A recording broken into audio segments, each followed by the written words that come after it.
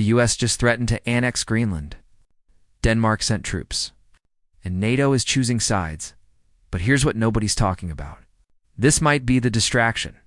While something bigger happens with Ukraine, look, I'm going to break down something that mainstream media is covering in fragments.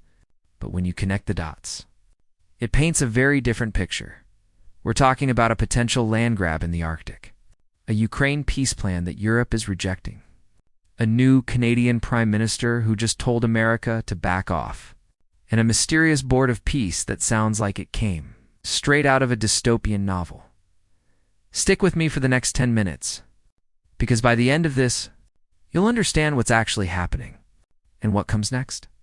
Okay, let's start with Greenland, because this is where things get weird. The Trump administration floats this idea. What if we just took Greenland? On paper, Greenland is Danish territory. It has been since 1814. The population is about 56,000 people. And most of them are not interested in becoming American. But here's the thing. Greenland sits on rare earth minerals, massive oil reserves, and Arctic shipping routes that are opening up because of climate change. Suddenly, it doesn't sound so crazy, does it? So how did Denmark respond? They didn't laugh it off. They didn't send a polite diplomatic letter. They sent troops. NATO allies started positioning assets. And now we have a situation where allied nations are preparing for potential conflict. With each other, let that sink in. Now pay close attention. Because Greenland might be the headline, but Ukraine is the real game. The US has put forward what it's calling a peace plan. Sounds good, right? Peace. Who doesn't want peace? Except Europe is pushing back. Hard why? Because this plan involves decisions about Ukrainian territory. Land Ukraine might never get back, and there's another fight brewing. Over $300 billion in frozen Russian assets. Who controls that money? Who decides how it's used? The US wants one thing. Europe wants another DOT. In Ukraine. Ukraine is watching its future get negotiated in rooms it's not always invited into. Now let's talk about Canada. Something big just happened. Mark Carney is now Prime Minister. This isn't a typical politician. He ran the Bank of England and the Bank of Canada. He understands exactly how economic pressure works, and his message to Washington was simple. Elbows up. That's hockey talk for it. We're not backing down. Canada is preparing for a trade war. They're building defensive economic policies. They're looking for alternative partnerships. This is unprecedented in modern US-Canada relations. And now we get to the part that genuinely concerns me. There's a proposal for something called the Board of Peace.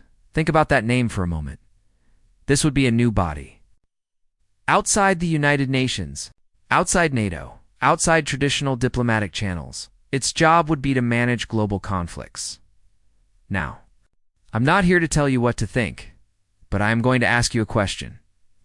If you create a new system to manage conflicts, and that system exists outside the rules that have governed international relations for 80 years, who controls it?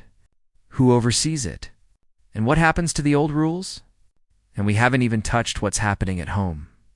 There are attempts to end birthright citizenship, something that's been constitutional law since 1868, expanded travel bans, courts pushing back, legal battles that could drag on for years.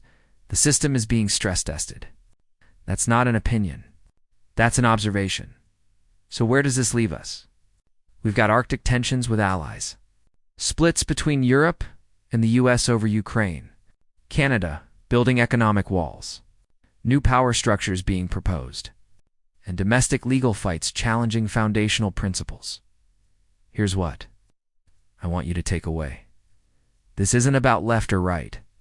It's not about who you voted for. It's about understanding that the rules of the game are shifting internationally and domestically, and the more you understand it, the better prepared you are. If this helped you see the bigger picture, leave a comment. Tell me what you think is coming next, and subscribe. Because this story is far from over. I'll see you in the next one.